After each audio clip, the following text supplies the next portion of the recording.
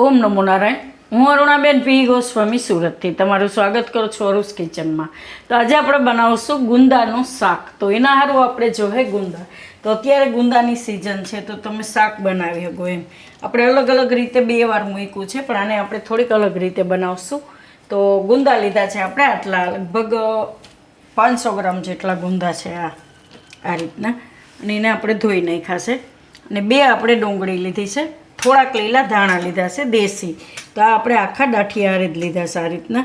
થોડાક કાજુ અને અડધો કપ જેટલું દહીં આપણે લીધું છે. લસણ થોડુંક, 1 ગાંઠિયો ફોલીને, અને 3 મરચાં. નોર્મલ આપણે બેસિક મસાલા જો હે આ જે રેગ્યુલર આપણે હળદર ને ધાણા જીરું, હિંગ, રાઈ જીરું, એ બધું એમ. લાલ મરચું, તેલ જો હે, અને મીઠું સ્વાદ પ્રમાણે, અને પાણી. બસ એટલી વસ્તુ આપણે જરૂર પડશે. તો આ આપણે પહેલાં ગુંદા છે એને આપણે ઠળિયા કાઢવાના છે.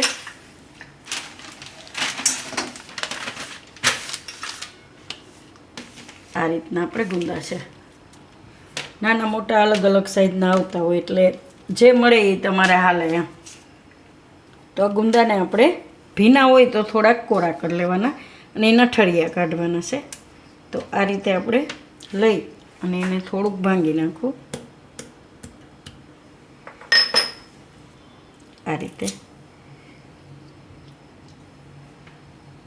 તો ચીકાશે બધી નીકળી જાય એમ.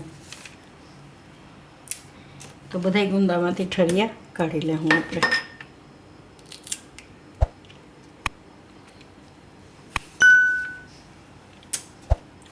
તો બધામાં આપણે આ રીતે ઠળિયા કાઢી લીધા છે. હવે પહેલાં આપણે તેલ ગરમ મૂકશું. તો આ કઢાઈ લીધીશ, ગેસ ચાલુ કરશું. આમાં આપણે નાખશું તેલ, અડધા ચમચા જેટલું એમ. તો તેલને ગરમ થવા દઉં. તો તેલ ગરમ થાય તો આ ગુંદા આપણે બધા આમાંથી કાઢી લેવું.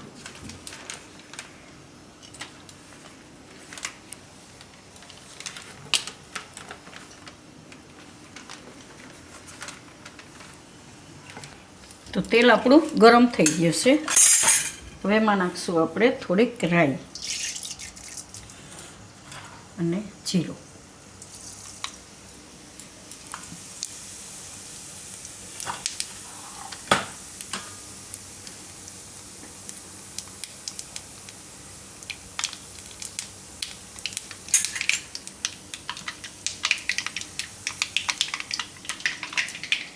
રાઈ ફૂટી જવી જોઈએ પૂરેપૂરી, નકર કાચો ટેસ્ટ આવે.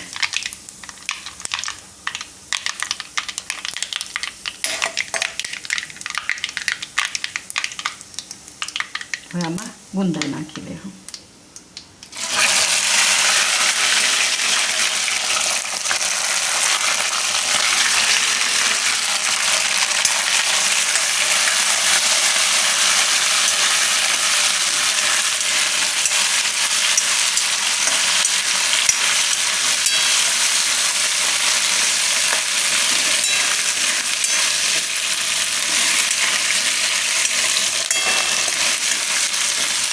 મીઠું નાખી દેવું. ઘાણી ચીકાશે બળી જાય અને એમાં મીઠું ચડી જાય એકદમ સરસ.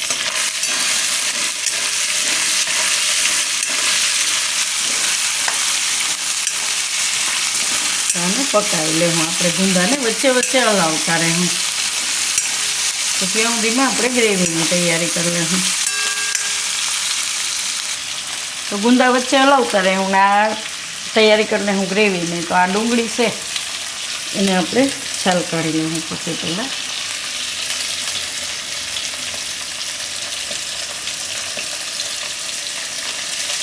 આને લઈ લઈએ મિક્સર જારમાં.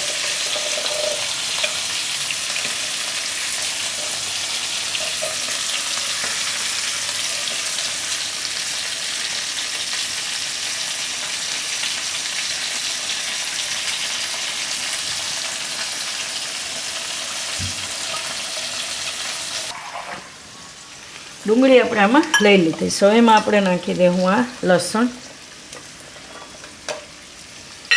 અને મરચાં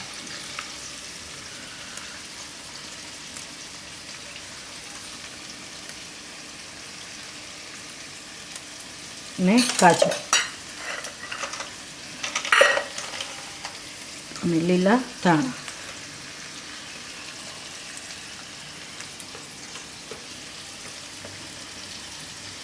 થોડાક ઉપરથી નાખીશું. થોડુંક આમાં પાણી નાખીને આપણે પીસી લેવું. તો પીસવામાં જરૂર પડે એ પ્રમાણે થોડુંક પાણી નાખીને પીસી લેવાનું. કાજુ હોય એટલે જરૂર પડે એમાં. તો આ બધું આપણે પીસી લીધું સારી રીતે. આ રીતની પેસ્ટ બનાવી લેવાની. હવે ગુંદા એકવાર ચેક કરી લઉં આપણે. તો ચીકાશ એ બધી ભરી ગઈ છે અને ગુંદા આપણે પાકી ગયા. તો હજી થોડીક વાર ગ્રેવીમાં પાકશે. આ રીતના સોફ્ટ થઈ ગયા, ભાંગી જાય આ રીતના.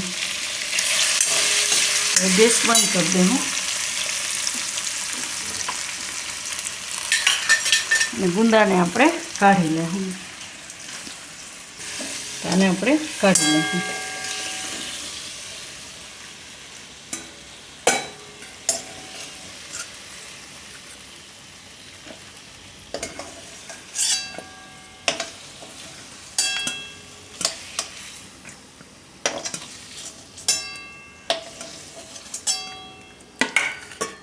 સાઈડમાં રહેવા દેવું અને આને આપણે ગેસ ચાલુ કરશું પાછો. તેલ તો કઢાઈમાં છે જ, પણ થોડુંક આપણે તેલ નાખીશું એમાં. આને ગરમ થવા દેવું થોડુંક. તો આ તેલ આપણું ગરમ થઈ ગયું છે. એમાં થોડીક હિંગ નાખીશું વઘારમાં અને આપણે ગ્રેવી નાખી દેવું.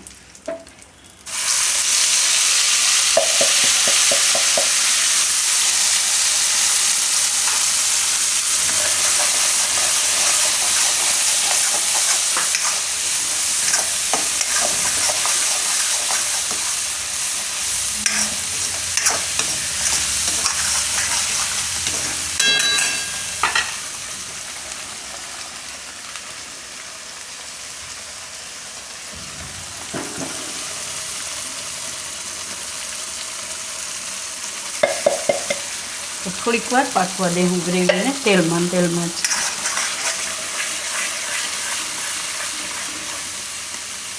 1 થી 2 મિનિટ જેવું તેલ છૂટું પડવા માંડે ત્યાં સુધી એને પકાવવાનું.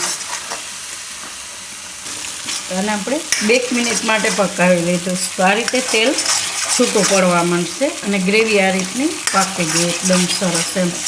ગેસ ધીમો કરી દેવું. આમાં બીજા મસાલા નાખી દેવું ગ્રેવીના ભાગના. તો મીઠું નાખીશું. ગુંદામાં નાખ્યું હતું પણ આમાં આપણે ગ્રેવી આવે ને દહીં આવે એટલે મીઠું થોડુંક નાખવું પડે એમ. આ રીતે આ રીતની ખબર જ પડવા માંડે કે આ પાકી ગઈ ગ્રેવી છે. હવે બીજા મસાલા નાખીશું આપણે. તો થોડીક હળદર અને ધાણા જીરું, થોડુંક લાલ મરચું. આપણે લીલા મરચાં નાખ્યા એટલે લાલ મરચું ઓછું, તીખા નાખ્યા એટલે.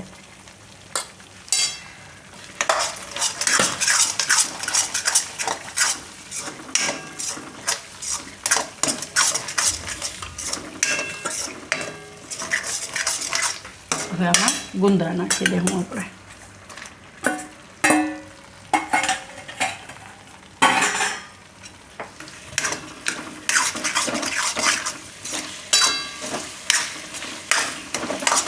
ગ્રેવીમાં થોડીક વાર પાકવા દેવું.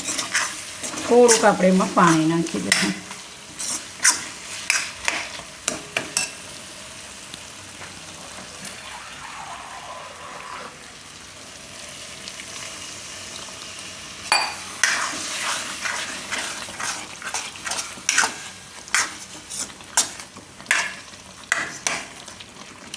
તો થોડીક વાર આપણે પકાવી લીધું છે. ગુંદા તો એકદમ સરસ પાકી જ ગયા છે, મસ્ત. હવે આમાં આપણે નાખી દઉં આ દહીં.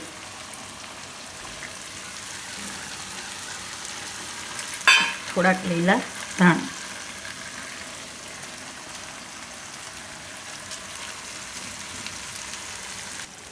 અને આપણે મિક્સ કરી લેવું.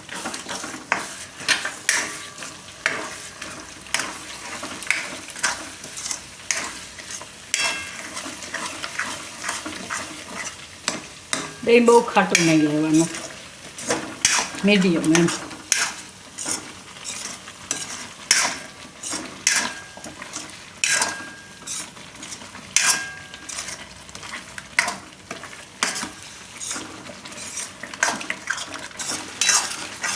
આને આપણે હવે ગેસ બંધ કરી દઉં ને ઉતારી લેવું નીચે. એકદમ મસ્ત લાગશે ભાખરી પરોઠા એટલે ગમે ને એને ખાવાનું. આને સર્વ કરી લેવું આપણે. તો સિઝનની વસ્તુ ખાવી જોઈએ અલગ અલગ રીતે બનાવીને. એમ ગુંદા એ ખાવા માટે હેલ્થ માટે બહુ સારા હોય એમ ઘણી જગ્યાએ મેં સાંભળ્યું. એટલે એમ કે અત્યારે આવતા હોય એટલે સંભારો કરી શકો, તમે શાક કરી શકો એમ. અમારે અત્યારે આવે એટલે નરેન્દ્ર મામાને ને વિનુ મામાને કાયમ ગુંદાનો સંભારો જોઈએ જ કાયમ. એમ કડકડીયો સંભારો જે આપણે બનાવી એની રેસીપી આપણે મૂકી જ છે. ગુંદાનો સંભારો આપણે બે રીતે બનાવ્યો છે, એક લોટવાળો બનાવ્યો છે ને એમનેમય બનાવ્યો છે એમ. તો ગમશે તમને.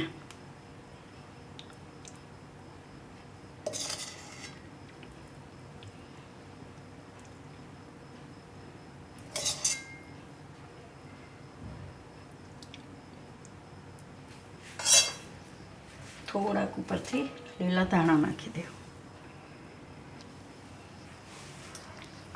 તો તૈયાર છે આપણું ગુંદાનું શાક.